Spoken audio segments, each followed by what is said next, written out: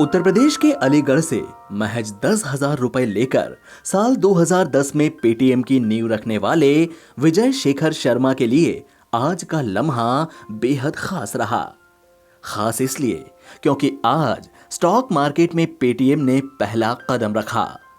विजय शेखर के लिए ये पल भावुक था और स्पीच देते वक्त वे रो पड़े। विजय के इन आंसुओं के पीछे छिपी है एक ऐसी कहानी जो काफी प्रेरणा देती है। पेटीएम की लिस्टिंग के दौरान जब विजय बॉम्बे स्टॉक एक्सचेंज के पोडियम पर आते हैं तो पहले से उनकी आंखें नम नजर आती हैं।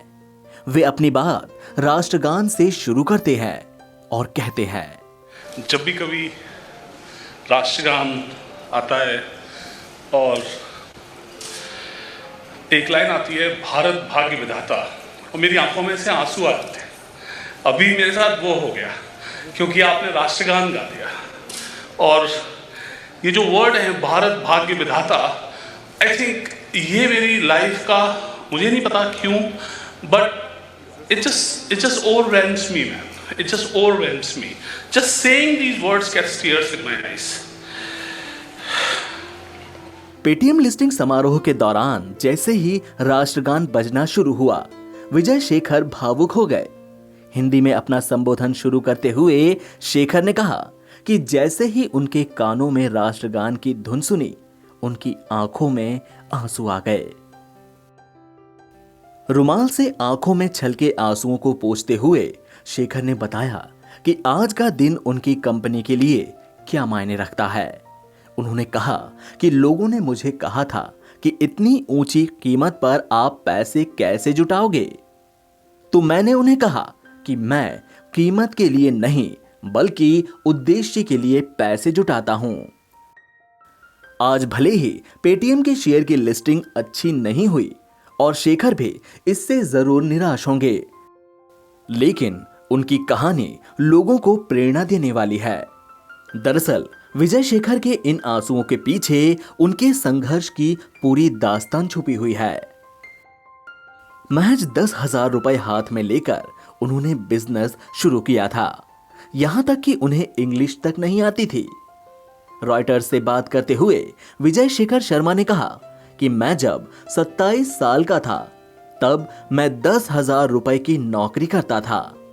साल 2004 से 2005 की बात है जब मेरे पिता ने कहा कि तुम अपनी कंपनी बंद करो और एक नौकरी कर लो, अगर तुम्हें 30,000 रुपए भी मिल जाएं तो बहुत है।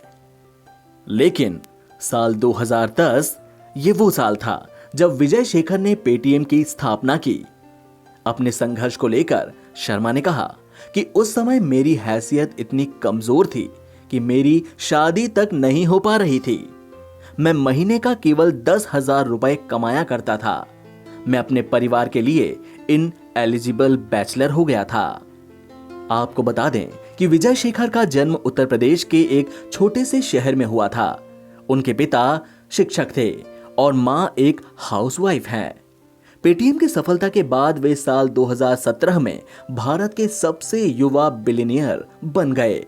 साल 2015 ये वो साल था जब चीन के एंटी ग्रुप ने पहली बार इस कंपनी में निवेश किया। पेटीएम की शुरुआत एक दशक पहले ही हुई है।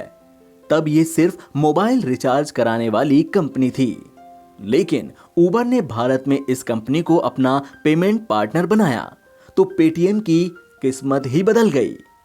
लेकिन पेटीएम के लिए पासा पलटा साल 2016 में जब भारत में अचानक एक दिन बड़े नोटों को बैन कर दिया गया, यानी नोटबंदी, और डिजिटल पेमेंट्स को बढ़ावा दिया गया। तब से लेकर अब तक कंपनी में काफी ग्रोथ देखी गई है। एनबीटी ऑनलाइन की रिपोर्ट।